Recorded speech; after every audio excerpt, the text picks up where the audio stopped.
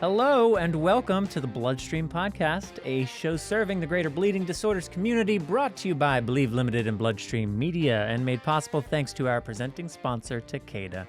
I am your patient advocate and host, Patrick James Lynch. And I'm your healthcare advocate, nonprofit nerd, and your other host, Amy Board, reminding you to please speak with a healthcare professional before making any treatment decisions. On today's show, the National Bleeding Disorders Foundation's CEO, Phil Gattone, is on to preview the Bleeding Disorders Conference, the 76th, maybe? 77th? We're 76th? Something like that. We just did 75. Oh, yeah, that's right. We just did 75. I'm not a numbers expert, but once you do 75, then come 70s. Anyway, we're in the high 70s, and that's coming up later this month. Phil joins us today to preview BDC. We've got that and more on today's episode. Welcome to BloodStream. Listeners, as always, if you like what you hear, please subscribe to the BloodStream Podcast wherever you get those podcasts. And you can also follow us on social media, BloodStream Media, all the socials. I also want to remind you, dear listeners, that the BloodStream Podcast is indeed made possible thanks to our presenting sponsor, Takeda.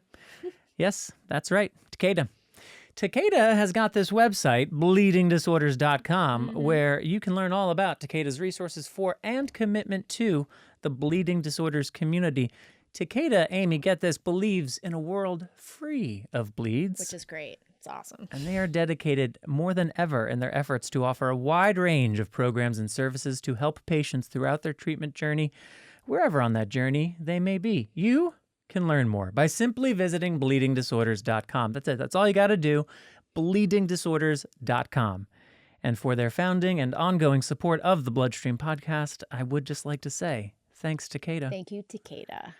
So it's the early August, it's BDC season. And we're wearing the same outfit. And we coordinated our dress today. Don't know why. Our hair's the same length. It is. Yep. Mm-hmm. It almost seems intentional. I know. It's not. Welcome back to the studio. We haven't had you here in a long time. Thank you. It's It is nice to be here. Always good to have you here. Much preferred to my other spaces. I know, right? And we're full tilt into summer. We are. It's August. We are. Everybody's on vacation. It seems like every other person is on vacation. Yes. Summer camps are in full swing. Summer camp season. Does it bring about a certain nostalgia for you, summer camp season, given where you started? Yeah, it does, actually. I was actually, this is like a terrible, it's not terrible, but it's just like the most random story to tell. My camp routine was when I directed Colorado's hemophilia bleeding disorder summer camp for years and years and years. And it was always just a whirlwind. It exhausted me. You know, you're just like on for 5 or 6 days or whatever. And my routine is the day after camp, I would go home and I wouldn't move out of my bed for like 48 hours. And it was really important to like not move, not to leave my house except to walk my dog and to not do anything for 48 hours. And then I went to the pool and had a bag of cherries.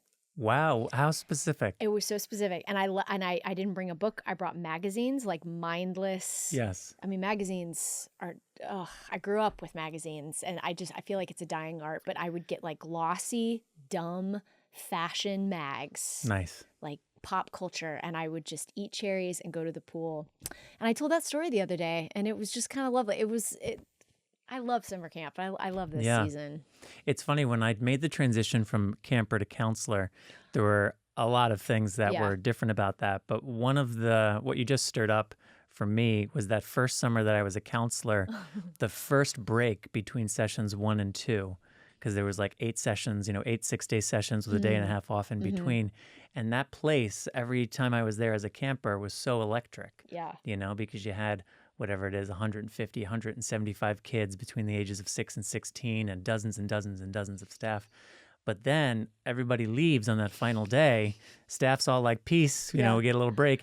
And the grounds were just dead quiet. It's so bizarre. It really is. But then it also kind of reminded me of theater and how you go into an empty theater and there's this palpable, like, kinetic energy just waiting to be tapped into.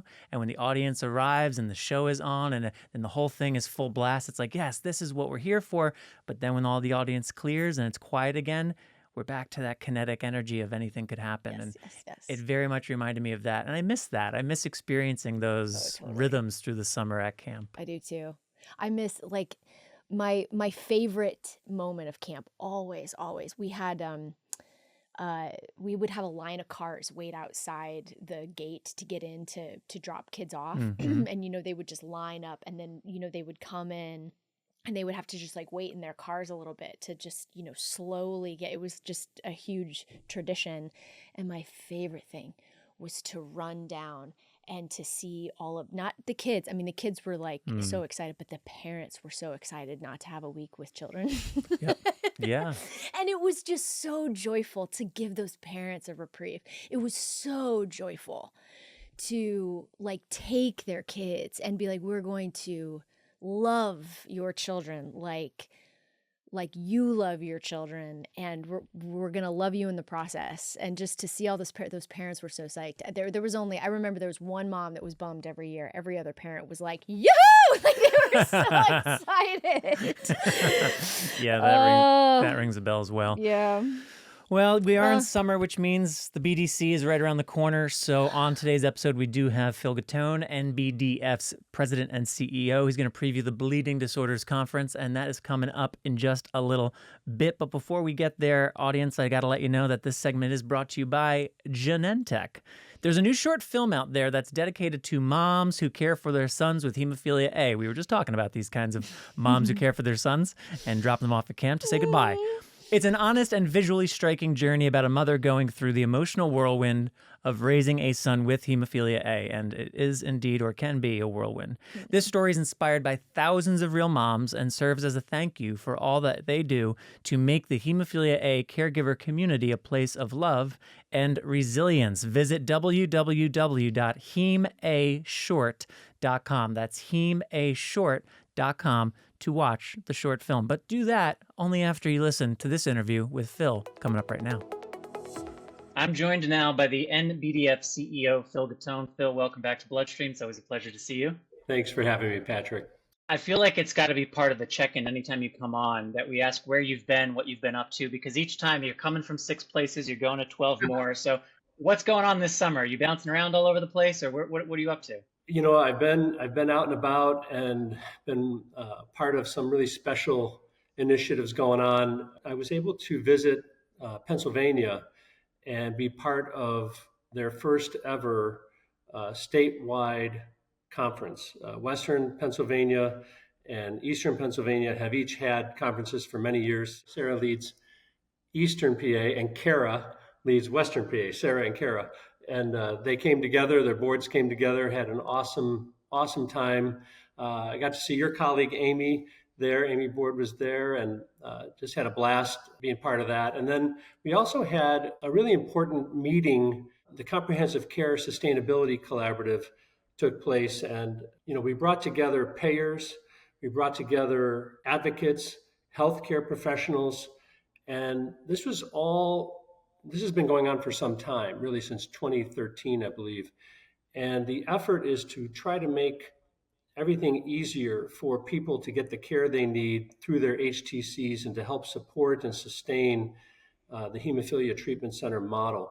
And our partners at the Hemophilia Alliance, Jeff Blake, who serves as CEO, and Becky Burns, who serves as their chair, they're doing an amazing job at the Alliance, and we're so proud to do everything we can to support that special comprehensive care model. So we made some headway this year. There's always challenges that we have to overcome, and we're proud to be leading that effort in partnership with the Alliance. So that's kept me busy. It sounds like it. It's nice to hear about the collaboration between the chapters of Pennsylvania, between NBDF and the Alliance for the benefit of the HTCs. A lot of collaboration. So that's really good to hear. It's critical. You bet. And there's a lot we could talk about. There's a lot going on, and we touched on some of that the last time you were here. But with BDC on the horizon, let's focus on that. Last year's BDC was your first. And so I'm curious to know now, about less than 4 weeks out, how has last year's experience helped you prepare for BDC 2025? Yeah, well, last year's BDC, I was prepped last year. They told me that it would be overwhelming. I would not be able to manage all of the sessions. There were well over 100 sessions, and they were right. It was overwhelming, and it was overwhelming in the most positive way something can be overwhelming. It was great to be so welcomed by the community, along with everybody else who was there for the first time. I got to experience a really special community, and it was unforgettable, really. And I came away with a real deep sense of who this community really is and the power of speaking in one voice as a community. And that experience last year has really helped me prepare for this time around. And it's taught me to listen really deeply to the community and to have an appreciation for all of the roles that are played by different individuals and organizations. In some ways, what I really figured out is that this is bigger than the National Bleeding Disorders Foundation. This is really a community experience. That's how I experience it. And one thing you just said that stood out to me when you mentioned new attendees, I've never quite thought about the advantage of your being new to the community last year, now in your second full year. That must to some degree make it easier for new folks to feel like, oh, okay, I can be here too. It's not like everybody has to have 15 years of experience in order to show up at one of these meetings. Yeah, it was great to, I felt like I was in a new pledge in a fraternity where it's like, yeah, you're a rookie too. Yep, me too. And there were several people that had come to Atlanta for the first time, to experience BDC and felt a real kinship there. But I also felt really warmly welcomed by people who had, maybe it was their 15th or 16th BDC. They've been around and got some really great feedback from people about our opening ceremony, about the sessions. And, so that was encouraging too, to have the wisdom of people who've been around and also have some fellow rookies with me. Well, speaking of opening session, you set a high bar last year for the opening session and for the just overall feel of the conference. So I'm curious, are there anything, sessions, themes, moments that you're particularly looking forward to for this year? Well, there are several sessions that I'm looking forward to. The opening session is going to be very special. Our opening ceremony is going to take a look at a theme that I came up with just as I was visiting chapters throughout the year, as I was talking to community members and really getting to know their experiences and how diverse they are. I came up with a theme for this year, we are. And we're going to complete that sentence in many different ways. So we're going to talk about how we are a community. We are advocates. We are researchers. We're innovators. We're courageous. We're going to finish that sentence in many different ways. And we're going to look at the context of all of that from where we've come from and where we're heading, both from an advocacy standpoint, the community, but also looking at the science and looking at some of the research that's taking place. And a sub-theme to that really is that when I look at this, I look at the history and I see that what might have seemed impossible in 1985 or 1990 is a reality today for families. And what may seem impossible today is going to be a reality in the future. And that's going to be because of our community and the work that we do together. So to that end, we're going to be thinking about that word impossible and how we're going to be overcoming that. Well, that's neat. That's inspiring. And I forget who to attribute this to, but the quote, "Everything is impossible until it's done," has always resonated with me since I first heard it, because isn't it the truth? Everything's impossible until it's done. Yep. And the attitude that I am inspired by was from Muhammad Ali, who is really attributed with the quote, "Impossible is nothing." And it's more about the courage it takes to fight that when it's really a strong sensation. It's like, there's no way we can get there. But it takes that faith as a community to come together and overcome that. And built on that are these sessions. We have a session, Stronger, Wiser, and Still Bleeding. It's a session on aging, which is so remarkable that we're talking about aging in the bleeding disorders community today. Our MASAC, Scientific Advisory Committee, Medical and Science Advisory Committee, came up with this new working group for aging. And there was a huge applause when the discussion was being brought forward, because that's an accomplishment for our community to say that we are living longer, and it's time that we start addressing some of the other conditions that will come along with a bleeding disorder that maybe people weren't thinking about 20 years ago. So that's exciting, and that'll be a good session. Women Bleed Too, and Women All Together to Advance Advocacy is a session that I think will be very helpful as we start to raise the awareness of this underserved need and community, and there's been nobody who has been shouting it from the mountaintops more than you have, Patrick. And I know that's really going to be featured also in a session that there will be a showing of Dismissed, a film produced by your team, and we can't tell you how excited we are for that. And but the whole women's issue, women and girls and people with the potential to menstruate, has been far too long been dismissed, been overlooked, and we look forward to partnering with you and anybody else who wants to advocate. We've been doing this for some time. Dawn Rodolini serves on the World Federation of Hemophilia for the women's group to bring this issue forward. And nobody has been a stronger advocate than Dawn. And the people that you're featuring in the film will be inspiring, I know, to many. Well, thank you very much. And we appreciate being able to screen it at BDC. I think it'll be quite a moment in time. And I can say from having watched the film, it's undeniable. It just makes the case undeniable. So thank you for the venue and the opportunity. Oh. Thank you for putting it together. That's the real work.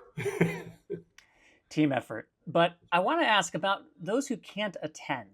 So there's plenty who will be there. It's a huge meeting every year, but there are plenty of folks who aren't able to attend. What are the best ways for people at home to engage with BDC online? Well, there are so many reasons to come to BDC, but unfortunately, life happens, and there are many people who can't make it. And so we understand that. We want to be able to have an opportunity to participate. We have an interactive program at events.bleeding.org. That's a hub for everything, all the session descriptions, the speaker bios, the schedules. We're going to be sharing recaps of these sessions and community highlights across all of our social media channels. And if you want to take a deeper dive and find some sessions that are of particular interest, certain sessions will be recorded and shared after the conference. So you can stay connected on all of our social media channels. If you keep that hashtag close by, that hashtag BDC 2025, you can follow along, and there are going to be so many posts coming forward to keep you updated on what's been happening in the sessions. But we will have some recaps afterward. My goal would be to get more of our sessions live streamed in future years so that we can use the beauty of technology to help reach more people. Some people think, well, if you do that, then nobody will come. And I've learned it's actually just the opposite. When you actually put out there what you're doing, it inspires people to want to attend. So I'm looking forward to that. It's great to hear about the recorded sessions, because even for those of us attending, there's so much going on. There are sessions at the same time. Right. None of us get to see all of it. Like you said, over 100 sessions, it's literally impossible. So that's a great resource to be able to offer those who aren't able to attend and those who are just busy while they were there. Right. There's a cost to it, and we're gonna really try to make that investment because we know it will pay big dividends. It's a great ROI for us. Not only from a mission standpoint where more people get the information, but we believe it builds interest in the programs that we have in the organization and in our community. I would agree. And, coming from a content perspective, if you chop it up correctly, you could get content for 12 months out of that one meeting. Exactly. There is something really special that we're doing that I want to highlight with you and the viewers and the listeners. We are going to be launching a really special. Last year, we talked about an awareness and education campaign with my friend Greg Grumberg, who is your friend as well. And Greg was out with us in Atlanta and talked about getting some of his buddies in Hollywood to help raise some awareness and education. That initiative is underway, and we are going to launch just a first few videos at BDC and in the opening ceremony. So I hope people will take time to join that opening ceremony. It'll be a really fun time together. Okay, good. I'm glad you mentioned that. I'll be looking forward to that. And yes, thank you for the introduction to Greg. In fact, we were on an email last night about none other than Poster Child, which I have you to thank for that. So that's exciting. Hopefully more to come on that front soon. But Phil, before I let you go, any other message you'd like to give to the community, either about BDC or anything else going on at the moment? Just to say thank you to our community. BDC isn't just an event or a program. It's a reminder of who we are as a community. It's what we're all about as an organization and as a community. Our staff, our board, our volunteers, our chapters, It's about what we're capable of when we all come together. And if you're a new person coming in for the first time, if you're a parent trying to navigate as a caregiver, if you're an adult who just got the diagnosis, or if you were a child growing up and you're now an adult and you're looking for some new answers and some connection, you're going to find it here. And I want you to take the courage to step forward, raise your voice, speak up. We look forward to seeing everybody there. The whole conference was designed with every one of you in mind, and it's for you. And we can't wait to welcome you. Well, thank you, Phil, and thanks for being here today to share a bit more about BDC. I look forward to seeing you in Colorado in just a few weeks. Thanks, Patrick. Look forward to it. Thanks again, Phil, for joining us here on Bloodstream previewing the Bleeding Disorders Conference. And thanks, as always, to our presenting sponsor, Takeda, bleedingdisorders.com for more. And thank you to Genentech for supporting today's episode. Visit hemashort.com to watch that short film. We could not produce this show without the support of you all, and we are grateful for that. Bordeaux, next episode comes out August 15th, a week from today. What can the listeners expect to hear then? It's a stacked episode. We have actor Sammy Rappaport, actually, We do. who is... Because, why wouldn't we? Why wouldn't we? Her father had hemophilia A.